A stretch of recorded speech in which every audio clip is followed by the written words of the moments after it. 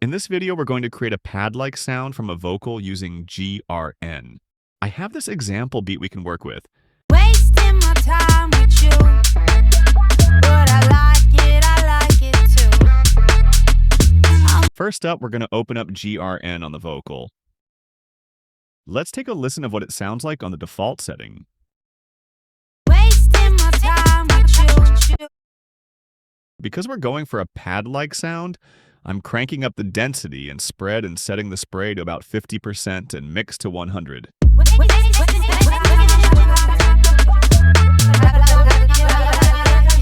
freezing the buffer at a place where we have a lot of sound to work with and adjusting the spray to catch more of the sound.